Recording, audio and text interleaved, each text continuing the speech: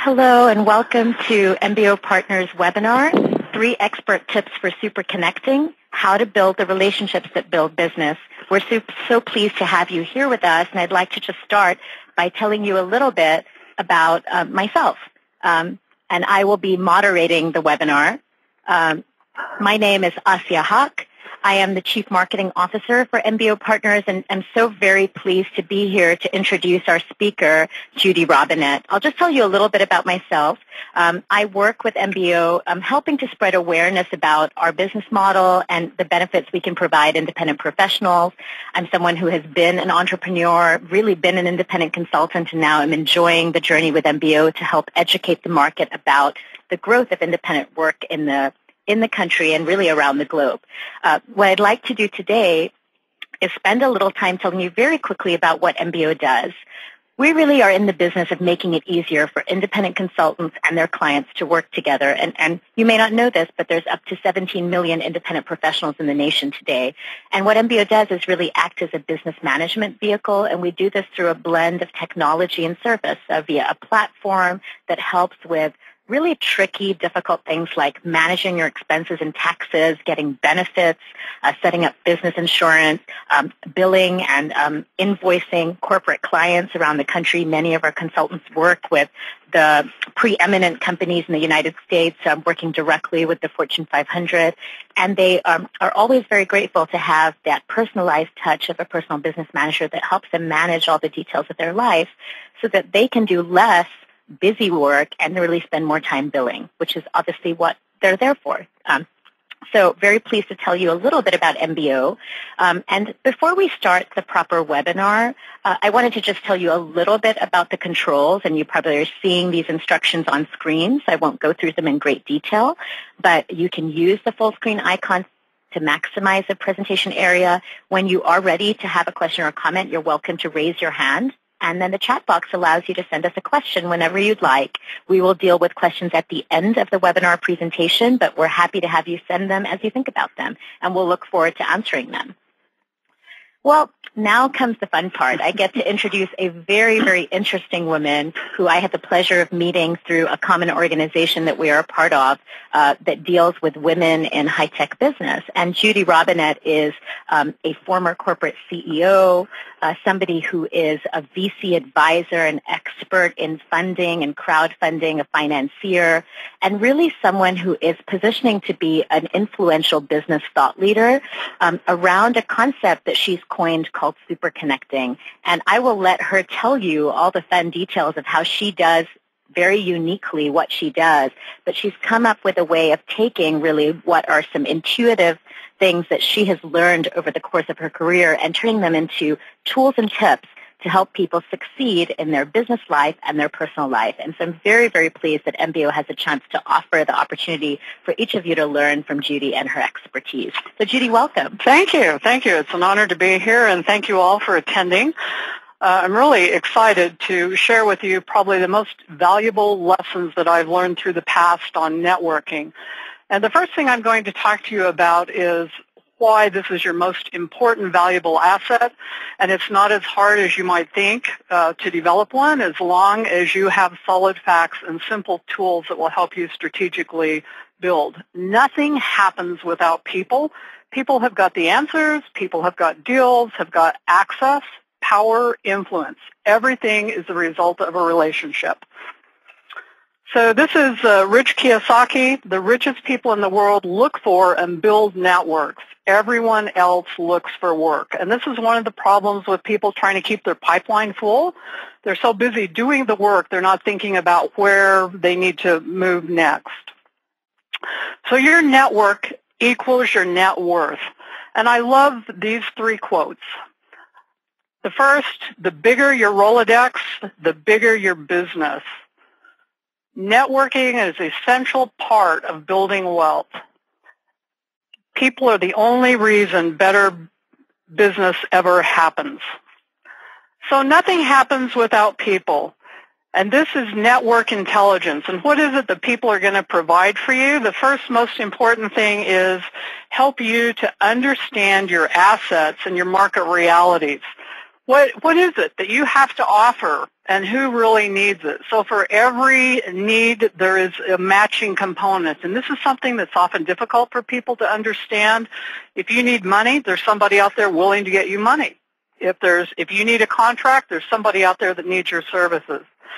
Second, people help you vet and get introduced to allies and trusted connections. And so people need to know you, like you, and trust you before they typically will do any sort of business with you. And the higher the price tag, the more important it is that you've developed the relationship based on trust. Third, people help you track risk that is attached to any given opportunity. And all opportunities are not created equal. Now, this is Reid Hoffman. He's the founder of LinkedIn. Excellent book, The Startup of You. So this is one of my favorite sections, Section 2, What's Stopping You? So here I was years ago, working very hard, running around a hamster wheel, and I often say to people, if you always do what you've always done, you always get what you've always gotten. And so what do you need to change? And at the bottom, always change a losing game. So what's holding you back? Often the thing that I hear first is fears. I'm really worried what people will think about me. I'm worried about whether they'll like my offering. And I'll tell you honestly that you never underestimate the power of fear, and you need to deal with it. Fear never goes away, and if you don't confront it and deal with it, it just increases. Second, challenge your assumptions. Imagine what if everything you really believed, all of your assumptions are wrong. And I have found this out the longer I've been alive. Many of the things that I assumed were definitely wrong. Third, change your beliefs. And the reason this one's so important is because your beliefs will keep you trapped exactly where you are now. And if you change a belief, then you'll take different action, and different action will get you to a higher level. Last, create political capital. And the reason I call it political is because it's the power to get you where you need to be.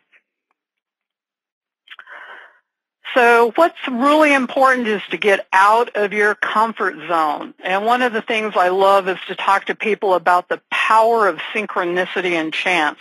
Chance is always powerful. Let your hook be always cast in a pool where you least expect it. There will be fish. This happens to me constantly in airports, at Barnes & Noble, sitting, talking with people. You never know who may be sitting by you that will have an opportunity for you. So rethink assumptions. The first one is shy. Now, until I was 40, I really thought I was shy. And then when I started telling my friends, they laughed at me, and I found out that there were certain situations I indeed was really shy and others not. But you don't have to be an extrovert. It's about being engaged. Second is the notion that strangers are dangerous. Our moms all told us, be careful about those strangers. And that's okay when you're a kid, but you're not a kid now. So now it's important to realize that people outside the network that you already have got the opportunities that you're seeking. Next is the silver spoon assumption. This one was mine. Geez, I didn't go to Harvard. I thought I was shy. I was raised in Idaho in a town called Franklin that's close to Preston, Idaho, home of Napoleon Dynamite. So if you've seen that movie, you've seen my locker in high school. So assumptions are indeed the mother of all screw-ups. And errant assumptions lie at the root of every failure. So I would ask you to really commit to rethink your assumptions. So how do you really redefine your networking strategy? The first belief I would tell you that you need to change is what networking is about. And networking is not showing up in a room at the chamber and passing out your business card. That's almost what you would call the prostitution theory. Here, thank you, here's my card, I'd be happy to talk to you again. So think about this belief as networking is really about critical resources, and there's 4 of them. The first one is opportunities. The next one is connections. Next, information. And finally, money. Now, it turns out every one of these is, guess what? It's attached to people. As Reid Hoffman says, opportunities aren't out there floating on a cloud. They're attached to people. So one of the really good facts for you also to understand is your social circle doesn't need to be bigger. It needs to be better. And this is a graphic that is from the book called Grouped. And what it shows is that we all have, you see yourself there in the middle, the little red person, and that inner circle is your family, who you love dearly. You're probably most important people in the world. The next out are friends. And this is the group that gives you support. The next out is what I call the critical people, and that's what we'll focus on. The next is 150. Now, 150 is the maximum at which groups start to fall apart, and this has been traced historically back from groups in villages with the Neanderthals. Roman armies were grouped in groups of 150.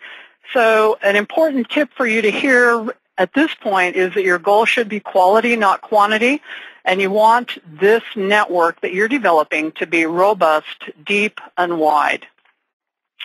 Now, I talked about focusing on the critical 50 because you don't really have time to stay in close contact with the billions of people who are your Facebook friends who do not have your back and they do not have your future. You cannot call them to pick up the phone to help you be supportive, help you close a deal. So it's important, though, that instead of just the strong ties down in the bottom circle, these are all your spouse, your close friends. These people, they all know each other. So you're not going to get job offers, opportunities. It's the next level out, and these are known as the weak ties. And research shows 80% of jobs, opportunities come from this group. And what's interesting here is influence is limited to 3 levels. So it's a friend of a friend of a friend. So while the book Tipping Point is really nice to think if you just found one person, the reality is you need to understand an ecosystem, and we'll get into that. So strategic networking is really understanding what you need. Now, there are 7 billion people on the planet. There's approximately $47 trillion circling in the globe, and information is doubling every year. So clearly, all the people are there you need, all the money's there you need, and the information. And so it's important to be clear on what is your goal. Do you want to grow revenues? Do you want to find strategic alliances? Or are you trying to track the next big thing? These all will be weak links out in that group of 50 to 150. Second, what do you need? Third, how are you going to reach these people? And I would tell you to just put it on a piece of paper, the who, the why, and the how. So humans are social. And so we group, and we've always grouped. And it turns out that groups are the most powerful way to increase opportunities, information, connections, and money. So I would suggest that you consider joining not just any group or association, but a powerful group that is able to help you. Second is to attend curated events. And so instead of just like a tips meeting or a chamber meeting, then I would try to focus on finding people who can get you invited to an invite only, where it's an intimate relationship and it's kind of the who of whose people. Meetup, there's 90,000 interest groups out there, so this is where you can really maximize and grow your network.